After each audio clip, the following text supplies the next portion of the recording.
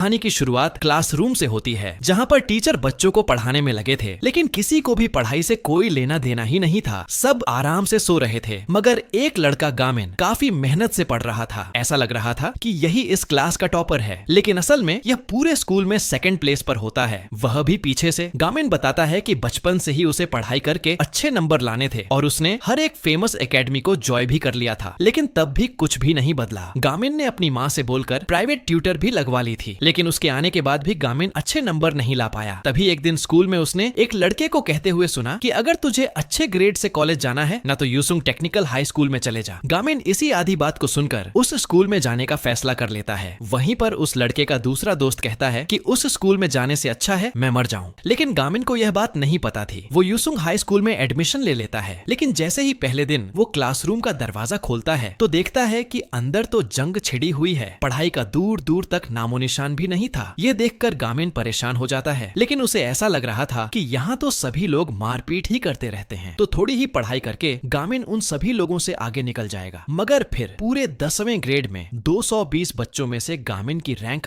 219 आती है। गामिन उसके पास जाकर कहता है कि मेरे साथ स्टडी करोगे, लेकिन वो लड़का कुछ कह पाता इससे पहले ही एक दूसरा लड़का उसे धक्का देता है और कहता है कि चल आजा फाइट करते हैं, मुझे अपनी रैंकिंग बढ़ानी है। दरअसल इस स्कूल में एक ऐप चलता है जिसमें सभी बच्चे दूसरे बच्चों से फाइट करके अपनी रैंकिंग बढ़ाते हैं, और अब यह लड़का जो कि 173वें नंबर पर था, वो सहन से जिसका नंबर 170 था उससे फाइट करता है और उसे बहुत बुरा मारता है। वो लड़का सहन कुछ भी नहीं कर पाता और हार जाता है। इस तरह उस दूसरे लड़के की रैंक ऐप में 170 हो जाती है। गामिन को यह सब बिल्कुल भी समझ नहीं आ रहा था। वो सहन की मदद करता है। तभी एक टीचर डंडा लेकर आते हैं और उनसे कहते हैं कि तुम्हारे पुराने टीचर की जगह अब तुम्हें एक नई टीचर मिसली पढ़ाएंगी। गामिन देखता है कि यह तो वही मिसली है जो कि उसकी प्राइवेट ट्यूटर थी। यहाँ पर मिसली अब सभी स्टूडेंट्स की अटेंडेंस लेना शुरू करती हैं और एक लड़का फॉटिंग करके प्रेजेंट होने के बारे में बताता है। तभी एक चीज मिसली की तरफ तेजी से आती है और यह चीज क्लास के सबसे ताकतवर लड़के यनवू ने फेंकी थी। वो कहता है कि अभी किसने फॉट करके मेरी नींद खराब की। एक लड़का डरते हुए अपना हाथ उठाता है और यनवू उस लड़के के 2 थप्पड़ मारकर वापस जाने लगता है। तभी दूसरा लड़का कहता है कि ओह यनवू उस लड़के को काफी बुरा मारने लगता है और सारे बच्चे उन दोनों की फाइटिंग में शर्त लगाने लगते हैं कि कौन जीतेगा। मिसली यह देखकर काफी हैरान थी। उनका आज पहला दिन था। वह सभी बच्चों को चीखकर वापस बैठने के लिए कहती हैं। यनवो वापस क्लास में आकर बाकी सभी को भी बैठने के लिए कहता है और सभी चुपचाप बैठ जाते हैं। इसके बाद कर रहे हैं उन्हें स्कूल में किसी का भी डर नहीं होता। अब तभी गामिन मिसली के पास आकर उनसे बात करता है। मिसली उसे पहचान जाती है और कहती है कि तुम तो काफी बड़े हो गए हो। गामिन उनसे कहता है कि आप इसी स्कूल में पढ़ाने वाली हो क्या? अगर ऐसा है तो यहाँ मत पढ़ाओ। पिछली टीचर भी 1 महीने में ही ये स्कूल छोड़कर चली गई थी। मिसली कहती हैं कि तुम तो काफी बड़े हो गए हो, जो मेरी चिंता कर रहे हो ये सब मुझ पर छोड़ दो। फिर वह पूछती हैं कि तुम्हारी पढ़ाई कैसी चल रही है। गामिन उन्हें बताता है कि वह एक स्टडी ग्रुप बनाना चाहता है। इसके बाद गामिन फिर से उसी लड़के सहन का पीछा करने लगता है और देखता है कि स्कूल में एक लाइब्रेरी भी है, लेकिन सहन यहाँ पर आकर आराम से सो जाता है। गामिन हर जगह सहन का पीछा करने लगता है। वो अक्सर लाइब्रेरी में आ जाता है और उसके साथ पढ़ने की बातें करने लगता है। ये सब देखकर सहन भी परेशान हो जाता है और कहता है कि ठीक है, लेकिन मैं बस तुम्हारी पढ़ाई में एक बार ही मदद करूंगा। सहन अब उसे एक मैथ का क्वेश्चन समझाने लगता है, लेकिन उसे पता चलता है कि गामिन तो पढ़ाई में बिल्कुल जीरो है। वहीं पर मिसली वाइस प्रिंसिपल के पास जाकर उनसे कहती हैं कि हमें स्कूल में इन ड्रम्स को हटा देना चाहिए, शायद इस तरह बच्चे स्मोकिंग ना करें। लेकिन वाइस प्रिंसिपल भी बिल्कुल इस स्कूल के बच्चों की तरह ही था। वो कहता है कि ड्रम हटाने से बच्चे स्मोकिंग नहीं छोड़ेंगे। मैं भी 40 सालों में आज तक स्मोकिंग नहीं छोड़ पाया। मिसली डिसअपॉइंट होकर यहाँ से चली जाती हैं। वहीं दूसरी तरफ सेन देखता है कि गामिन ने टीचर की हर एक बात को नोट कर रखा है, लेकिन वो बातें मैथ के टीचर ने कही थी जिनका क्वेश्चन से दूर दूर तक कुछ भी लेना देना नहीं था। सेहोन ये देखकर कहता है कि तुम तो बिल्कुल स्टूपिड हो। वो पूछता है कि तुम इतनी मेहनत से पढ़ाई क्यों करना चाहते हो। गामिन बताता है कि मुझे अच्छे ग्रेड्स लाने हैं। गामिन कहता है कि मुझे पता है तुम भी पढ़ने लिखने वाले स्टूडेंट हो, तुम्हें नेक्स्ट सिंड्रोम है जो कि ज्यादातर बुक पढ़ते समय झुके रहने से होता है, और तुम्हारी फिंगर्स पर वह निशान भी हैं जो कि अक्सर ज्यादा लिखने से आते हैं, और सबसे बढ़कर तुम्हारी